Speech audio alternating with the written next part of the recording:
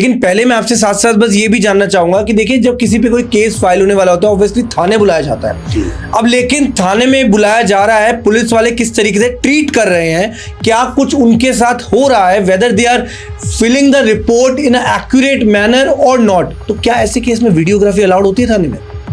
देखो, आपने तो एक मुझे सिनेरियो दे दिया, ठीक है ना जी। ये सिनेरियो आपके सामने कभी होगा भी नहीं, पर क्या सिनेरियो होगा वो समझ लीजिए। पुलिस आपके पास आई और आपको अरेस्ट करना है, तो जो अरेस्ट मेमो बनेगा ना, वो अरेस्ट मेमो आपके सामने हो रहा है, उसकी आप वीडियोग्राफी कर सकते हो। आपका तो फोन ले लेंगे, एक प्रोसेस है, इस प्रोसेस को समझो। पहले मैं आपको ये समझा देता हूं। देखो, BNS, BNSS और BSA, इन तीन को पहले आप समझो।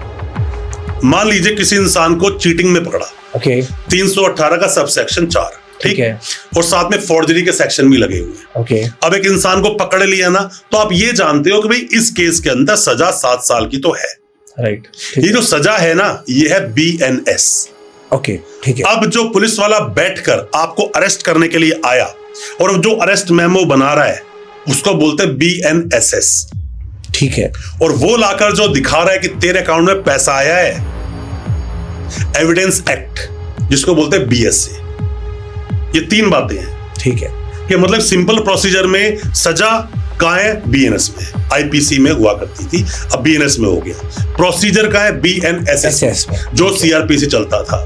किन आधार पर सजा सुनाई जाएगी, सपोर्टिंग एविडेंस क्या है, वो है एविडेंस एक्ट, जो BSA बन गया। इनको पहले जानना बहुत जरूरी है, ठीक है। अब जब पुलिस वाला किसी को अरेस्ट करता है ना, तो अरेस्ट मेमो बनाता है।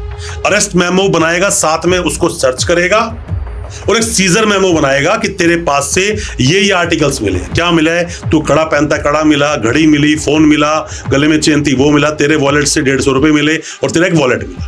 परफेक्ट, ये जो उसने बनाया है। अब इसकी जब उसको अरेस्ट कर रहे हैं, वहां पर कोई फैमिली मेंबर तो होगा, आप बना लो वीडियो। दिक्कत क्या है? अब वो आदमी आपको अरेस्ट कर रहा है, पुलिस से ही कहीं से, वो किसी भी स्टेट से आया है, सिविल कपड़ों में बैठा हुआ है और वो आपका अरेस्ट मेमो बना रहा है। यहां पर DK बासु के जजमेंट का क्लियरली वायलेशन हो गया। DK बासु का जजमेंट ये बोलता है कि भाई साहब, आप जब किसी को अरेस्ट करने किसी के पास जाओगे तो आप वर्दी में होनी चाहिए और आपकी बैच नेम प्लेट क्लियर होनी चाहिए। यहां मैं आपको कट करना चाहूंगा।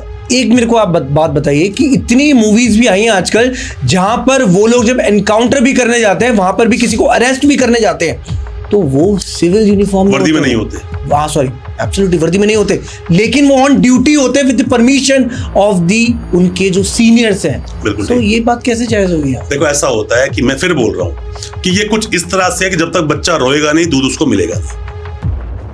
कैसे? जब एनकाउंटर्स होते हैं, तो जिन एनकाउंटर्स पर सवाल उठाए गए, कोर्ट में अर्जियां लगाई गई कि फेक एनकाउंटर है, और वो केस चलता है, लास्ट में उन पुलिस वालों को सजा मिलती है, वर्दी उतर जाती है, जेल काटते हैं वो खुद। देखो, आपको मैं नहीं मार सकता क्योंकि आप इस देश का अभिन्न अंग हो, तो क्या आप अपने आप को मार सकते हो? नहीं मार सकते। आप सुसाइड भी नहीं कर सकते। जब आप खुद सुसाइड नहीं कर सकते, तो क्या देश में किसी को अधिकार है पुलिस तो आपको गोली मार देगा? वो नहीं। इसीलिए पुलिस वाले क्या दिखाते हैं? काउंटर फायर हुआ, इन्होंने पहले गोली मार चलानी शुरू की, हम मर सकते थे, हम लोग ने गोली चलाई इसको, पहले पैर में गोली मारी, तो पैर में जब फिर भी नहीं गोली चला तो हमने गोली मारी, और जो उसके यहां लगे वो बंदा वो मर गया। सेल्फ डिफेंस बोल सकते हो, या फिर पहले अटैक वहां से हुआ था, शुरुआत उन्होंने की थी। तो आप सिविल वर्दी में कौन कौन था और कौन नहीं था, ये तो तब पता चलेगा जब वो केस कोर्ट में जाएगा। फिलहाल तो ये था कि वीडियोग्राफी कर सकते हो कि नहीं कर सकते, ठीक है। कोई भी चीज आपको लगता है कि वो पुलिस स्टेशन में इलीगल हो रही है, आप वीडियोग्राफी कीजिए। पर यहां पर क्या होता है कि आप किसी की ईगो हर्ट कर देते हो। अब मान लीजिए आप बैठे हो, कई बार आप रोड पे जा रहे हो, किससे थोड़ी टच वच लड़ाई झगड़ा हो गया, वो फटाफट निकाल के वीडियो ना शुरू कर दे, आपको बड़ा हट सा फील होगा, तुम्हें वीडियो क्यों बना रहा तू मेरी? अरे वो तो पुलिस वाले हैं मेरे भाई, उनको ऐसा लगता है कि मैं तेरे को मार भी सकता हूं, मैं तो गाली भी दे सकता हूं, मैं रिश्वत भी ले सकता हूं। आप अपनी वीडियो बनाओगे और उसको अच्छा लगेगा? नहीं अच्छा लगेगा ना। इसीलिए थाने में अक्सर लड़ाई झगड़े हो जाते हैं, इसीलिए आप रोड पर लड़ाई झगड़े होते हुए देखोगे, फोन छीनते हुए देखोगे। वीडियो बना सकते हो, आपका अधिकार है, बट इन गुड फेथ, इसको मत भूलना, ठीक है। गुड फेथ के अलावा बनाओगे तो वहां गड़बड़ हो सकती है। सॉर्टेड, ठीक है। हमने शुरुआत में बात करी गरीब लोगों के बारे में कि कैसे वो फंस जाते हैं और कैसे अपना हक के लिए उनको लड़ाई लड़नी चाहिए। लेकिन यहाँ बात आती है कि एक ऐसा समय भी आता है कि जब एक व्यक्ति जेल में होता है, उसके साथ साथ जो उसकी बाहर फैमिली होती है, उस फैमिली पर लेट सपोज कोई भी हेल्थ इश्यूज, कोई क्राइसिस आ जाता है, whether it is financially, whether it is health related. So ऐसे केस में वो अगर बीमार भी बहुत ज्यादा हो जाती है उसकी वाइफ या उसकी फैमिली, तो वो कैसे बेल लेगा, किस बेसिस पे बेल लेके अपने परिवार की मदद करेगा? अगर कर सकता है हाँ या ना, तो कैसे? देखो, अपने देश के कानून में ना सिर्फ और सिर्फ किसी को सजा सुना देना और बहुत ही ज्यादा रिजिड हो जाना, ऐसे प्रोविजंस नहीं है। ओके, वहां निकलने के रास्ते हैं। निकलने के रास्ते कैसे हैं? मान लीजिए उस इंसान का खुद का ऑपरेशन होना है, और वो बोलता है मुझे ऑपरेशन करवाना है और मेरा ट्रीटमेंट गवर्नमेंट हॉस्पिटल में ठीक से नहीं हो पाएगा, मैं खर्चा बियर करने के लिए तैयार हूं, पर मेरा उस हॉस्पिटल में ट्रीटमेंट हो, तो वो परमिशन ले सकता है। अब वो कहता है कि मेरी वाइफ बाहर है, उसकी डिलीवरी है, पॉसिबल डिलीवरी है, और आपने मुझे अभी अरेस्ट किया था 3-4-5 महीने पहले, मेरी वाइफ प्रेग्नेंट थी, अब डिलीवरी होने वाली है, तो हस्बैंड तो रिप्लेस नहीं हो सकता, तो ऐसे में उसको छोड़ा जाएगा कि आप बाहर जाइए, आपकी वाइफ को आपकी जरूरत है। कुछ बस वहां पे कुछ क्लॉज लगा देंगे कि डेली आप वीसी के थ्रू अपीयर होंगे, हर हफ्ते आप पुलिस स्टेशन में जाके हाजिरी देंगे, आप जो रिपोर्ट्स है उसको लगाएंगे। पहली बात तो रिपोर्ट वेरीफाई कराई जाती है, तभी कोई बंदा छूटता है।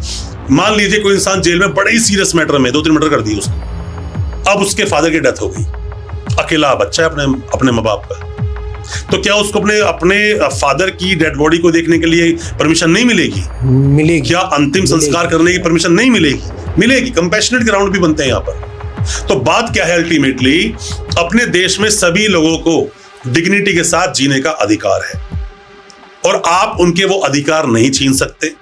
अपना देश जो चलता है ना, रूढ़िवाद पे नहीं चलता है, अपने देश में समाजवाद चलता है।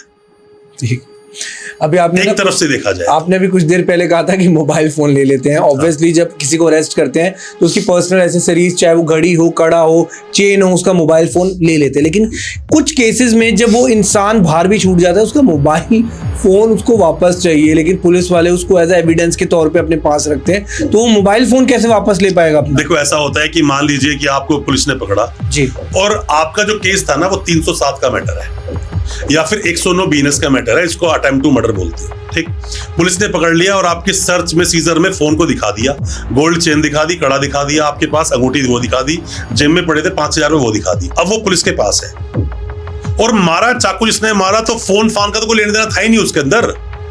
तो जैसे ही आपकी चार्जशीट लगती है, पुलिस की इन्वेस्टिगेशन पूरी होती है, या फिर पुलिस की इन्वेस्टिगेशन नहीं भी पूरी हुई, आप जेल में हो, एक कड़ा बड़ा ताम झाम तो अप्लाई कर दो ना फटाफट से जमा तलाशी के लिए, आपको छूट जाएगा, वो ऑर्डर मिल जाएंगे आपको। फोन को अगर केस प्रॉपर्टी बना रहे तो बना क्यों रहे हो भाई? फोन में है क्या?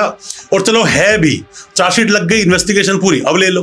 ये फोन फान पता है कब ये सीज किए जाते हैं? जब मामला चीटिंग एंड फॉर्जरी का होता है, जब मामला वीडियोग्राफी का होता है, फोन में से कुछ एविडेंस लेने हैं, फोन में से बहुत सारे कॉन्टैक्ट नंबर डिलीट मार दिए गए, फोन में से कुछ रिट्रीव करना होता है, तो ऐसे मामलों में उस फोन की जरूरत पड़ती है, वरना हर मामलों में फोन को रखकर पुलिस करेगी क्या?